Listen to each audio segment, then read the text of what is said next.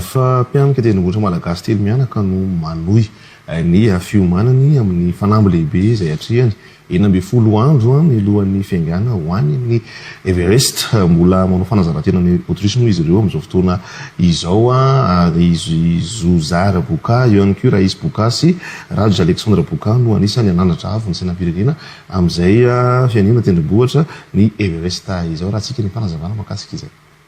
Efa manakaiky ny fotoana lehibe ho an'ireo mpianika tendrombohitra malagasy telo mianaka 12 andro sisa dia iainga hiatrika ny fanamboavana indrindra amin'ny fiainan'izy ireo ny fiakarana ny Everest izany amin'izao dingana farany amin'ny fiomanana izao.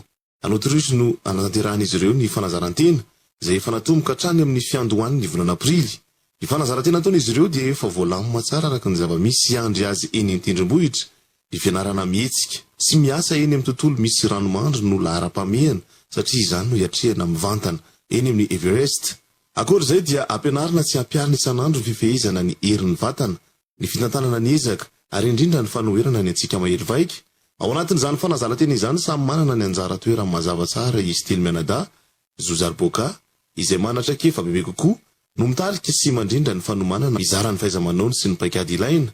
Raisy Boka kosa no miantoka ny fifandanjana sy ny afiraisakina eo amin'ny ekipa, zava-dehibe amin'ny asa izay mitaky fiarahamientana tanteraka.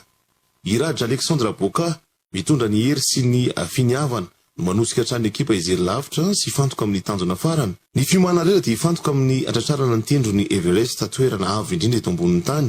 Fanamby goavana tsy vitany hoe ara-batana ihany fa ara-tsaina sy ara-panahy ihany koa.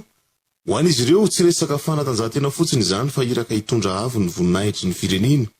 Ny fanandratana ny sainam-pirenena malagasy eny amin'ny tapony izao tontolo izao no tanjona lehibe.